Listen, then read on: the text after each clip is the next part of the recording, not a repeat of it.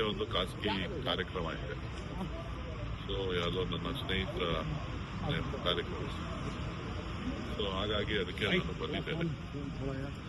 So ಈ ಮಧ್ಯದಲ್ಲಿ ಪಕ್ಷದ ವರಿಷ್ಠರೇನಾದ್ರು ಅವಕಾಶ ಕೊಟ್ಟು ಅವ್ರನ್ನ ಭೇಟಿ ಮಾಡಿ.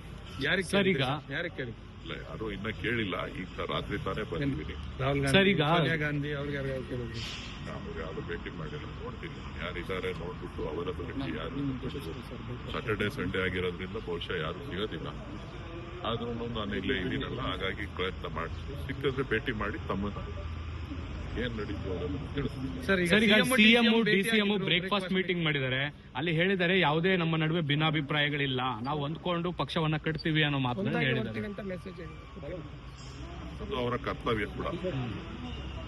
ಯಾಕಂತಂದ್ರೆ ರಾಜ್ಯದ ಜನರಿಗೆ ಮಾತು ಕೊಟ್ಟಿದ್ದಾರೆ, ಆ ಮಾತಿನಂತೆ ನಡೆಸಬೇಕಾಗಿರುವಂತದ್ದು ಅವ್ರ ಕರ್ತವ್ಯ ಆಗಿದೆ. ಮುಖ್ಯಮಂತ್ರಿಗಳು ಉಪಮುಖ್ಯಮಂತ್ರಿಗಳು ಅದನ್ನ ಈಡೇರಿಸ್ತಾರೆ ಅಂತಕ್ಕಂಥ ಭರವಸೆ ನನಗಿದೆ. ಅಲ್ಲ, ಬಟ್ ಪವರ್ ಶೇರಿಂಗ್ ಬಗ್ಗೆ ಯಾವುದೇ ಮಾತುಕತೆ ನಡೆದಿಲ್ಲ. ನೀವು ಹೇಳಿದ್ರಿ ಸಿಎಂ ಕೊಟ್ಟ ಮಾತಿಗೆ ನಡ್ಕೊಳ್ಬೇಕು ಅನ್ನೋ ತರದಲ್ಲಿ ನೀವು ಹೇಳಿದ್ರಿ. ನಾನು ಹಂಗೆ ಹೇಳಲಿಲ್ಲ, ನೀವು ಅದನ್ನ ತಿರ್ಚಿದಿರಿ. ನಾನು ಹೇಳಿದ್ದು ಬೇರೆ ತರ, ನೀವು ಮಾತಾಡಿದ್ದು ಬೇರೆ ತರ. ಆದ್ರೂ ಕೂಡ ಇವತ್ತು ಮುಖ್ಯಮಂತ್ರಿಗಳು ಮತ್ತು ಉಪಮುಖ್ಯಮಂತ್ರಿಗಳು ಇಬ್ರು ಕೂಡ ಸ್ಪಷ್ಟನೆ ಕೊಟ್ಟಿರೋದ್ರಿಂದ ಅದ್ರ ಬಗ್ಗೆ ಮತ್ತೆ ಚರ್ಚೆ ಮಾಡೋದು ಅವಶ್ಯಕತೆ. ಅಂದ್ರೆ ಪವರ್ ಶೇರಿಂಗ್ ಕಾನ್ಸೆಪ್ಟ್ ಇಲ್ಲ ಅಂತೀರಾ ಸರ್? ಅಲ್ಲ, ನಾನು ಹೇಳ್ತಾ ಇದ್ದೀನಲ್ಲ, ಈಗ ಅವರಿಬ್ಬರೇ ನಾಯಕರುಗಳು ಅವರ ಸ್ವತಃ ಬಾಯಿಂದನೇ ನಿಮ್ಮ ಮಾಧ್ಯಮಗಳನ್ನ ಉದ್ದೇಶಿಸಿ ಮಾತಾಡಿರೋದ್ರಿಂದ ಮತ್ತೊಬ್ರು ಅದ್ರ ಬಗ್ಗೆ ಮಾತಾಡಿದ್ರೆ ಅದಕ್ಕೆ ಹೆಚ್ಚಿನ ಅರ್ಥ ಬರೋದಿಲ್ಲ. ಅಲ್ಲ ಸರ್, ನಿನ್ನೆ ಹಿಂದಿನ ದಿನ ಮಾತಾಡಿದ್ರು, ಸೋನಿಯಾ ಗಾಂಧಿ ಅವರ ತ್ಯಾಗದ ಬಗ್ಗೆ ಮಾತಾಡಿ ಪ್ರಸ್ತಾಪ ಮಾಡಿದ್ರು ಡಿಸಿಎಂ ಅವರು. ಅದು ಸಿಎಂ ಸಮ್ಮುಖದಲ್ಲೇ ಮಾಡಿದ್ರು. ಅಂದ್ರೆ ಇದರ ಅರ್ಥ ಮೆಸೇಜ್ ಏನು ಅಲ್ಲ. ಶಿವಕುಮಾರ್ ಅವರು ಪ್ರತಿಯೊಂದು ಹಂತದಲ್ಲೂ ಕೂಡ ಗಾಂಧಿ ಕುಟುಂಬದ ತ್ಯಾಗ ಮತ್ತು ಬಲಿದಾನದ ವಿಚಾರಗಳನ್ನು ಎಲ್ಲ ಸಂದರ್ಭಗಳಲ್ಲೂ ಕೂಡ ಹೇಳ್ತಾ ಇರ್ತಾರೆ. ಇದು ಒಂದೇ ಸಂದರ್ಭ ಅಲ್ಲ.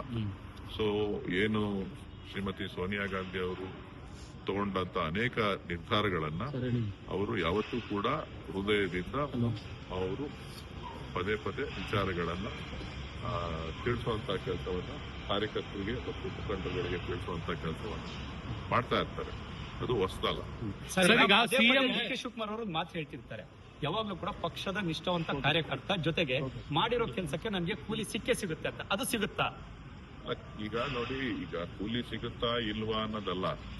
ಏನು ಅವ್ರ ಅಧ್ಯಕ್ಷರಾಗಿದ್ದಾರೆ, ಏನು ಉಪಮುಖ್ಯಮಂತ್ರಿಗಳಾಗಿದ್ದಾರೆ, ಅದೆಲ್ಲವೂ ಕೂಡ ಒಂದು ಪಕ್ಷದ ಒಂದು ಕೊಡುಗೆ. ಸೊ ಹಾಗಾಗಿ ಅದ್ರ ಬಗ್ಗೆ ಮತ್ತೆ ಮಾತಾಡೋದ್ರಲ್ಲಿ